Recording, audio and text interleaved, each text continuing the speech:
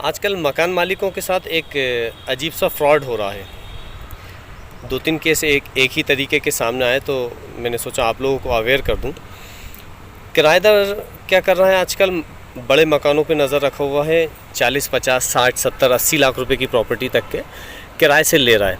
कुछ महीनों बाद वो कहता है मकान मालिक से कि हमें ये मकान ख़रीदना है, अगर आपको बेचना है।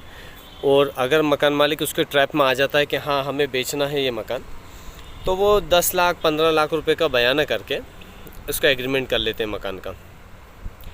कुछ महीनों बाद जब उन्हें ऐसा लगता है कि अब मकान मालिक ने 10 लाख 15 लाख कहीं खर्च कर दिए हैं, तो वो उनसे बोलते हैं कि सर हम जो है अब यह मकान नहीं ख़रीदना चाह रहा है, हमारे पास पेमेंट की व्यवस्था नहीं हो रही है, आप हमें हमारा पेमेंट वापस कर दें। जो भी 10 लाख 15 लाख का उन्होंने बयाना किया होता है, वो लोग वो पेमेंट मकान मालिक से वापस करने को कहते हैं।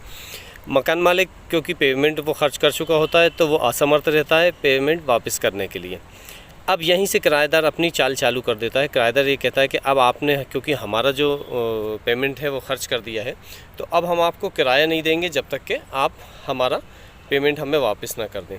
कई केस के अंदर तो मकान मालिक किराएदार ने उन पैसों का जो उन्होंने पैसे अदा किए हैं उसका ब्याज लेना शुरू कर दिया। किराया भी नहीं दे रहा है और ब्याज भी लेना शुरू कर दिया। जब मेरे सामने अभी एक रिसेंटली एक केस ये आया है, तो उसमें भी सेम केस है। उसमें किराएदार ने 10 लाख का बयाना कर दिया मकान ख़रीदने के लिए, 2 महीने बाद डील कैंसिल कर दी। अब वो किराएदार मकान मालिक पे ये प्रेशर बना रहा है कि आप हमें ब्याज दें उन पैसों का जो हमने आपको अदा किया। प्रॉपर्टी की वैल्यू थी 40 लाख रुपए। मेरे पास जब केस आया तो मैंने उनको ये राय दी कि देखिए, उन्होंने आपको अगर 10 लाख रुपए का बयाना किया है, प्रॉपर्टी की कीमत 40 लाख रुपए है, इसका मतलब 30 लाख रुपए के मकान पे तो वो काबिज़ हैं, मतलब 30 लाख रुपए एक्स्ट्रा।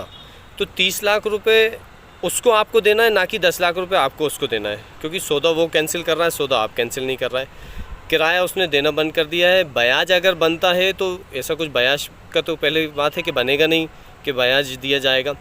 सौदा वो कैंसिल कर रहा है, तो इसमें सीधे सीधे उसको आपको जो है नोटिस भेजना चाहिए कि आप हमारे बाकी के पैसे दें। और मकान मालिक ये चीज़ समझ नहीं पाता, क्योंकि वो इस उसमें रहता है कि यार हमने इनसे पैसे लिए, जबकि ये नहीं देखना चाहिए कि मकान मालिक ने उससे 10 लाख रुपए लिए हैं। ये देखना चाहिए कि हमारा कितने लाख का मकान किराएदार के पास है। ना किराएदार का किराया ऑफ करना चाहिए, मतलब उसका ना किराया बंद करना चाहिए, किराया आपको बराबर लेना चाहिए। और ना कोई ऐसी कंडीशन रखना चाहिए कि आप इस संपत्ति के मालिक बन गए हैं या आपको इस संपत्ति पे कब्ज़ा दे दिया गया है। कब्ज़ा जो दिया जाएगा वो तो किराएदार की हैसियत से किराएनामे पर ही रहेगा, और जो एग्रीमेंट सेल एग्रीमेंट रहेगा उस पर कब्ज़ा नहीं लिखा जाएगा।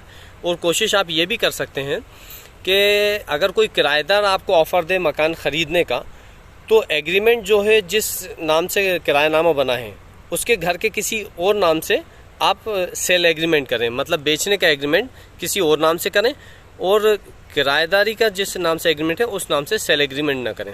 उम्मीद होगी समझ में आया होगा कि किस तरीके से लोग फ्रॉड कर रहे हैं। और मकान मालिक बिल्कुल सतर्क रहें और अपनी प्रॉपर्टीज़ को किराएदार को बेचने से पहले जो एग्रीमेंट बनता है उस एग्रीमेंट को बहुत गौर से देखें, क्योंकि अगर किराएदार को मकान बेचा जाता है तो वो एग्रीमेंट दूसरे एग्रीमेंट से बिल्कुल ही डिफरेंट होता है। ये एग्रीमेंट वो आम एग्रीमेंट नहीं होता। तो इससे बिल्कुल बच के रहें, सतर्क रहें।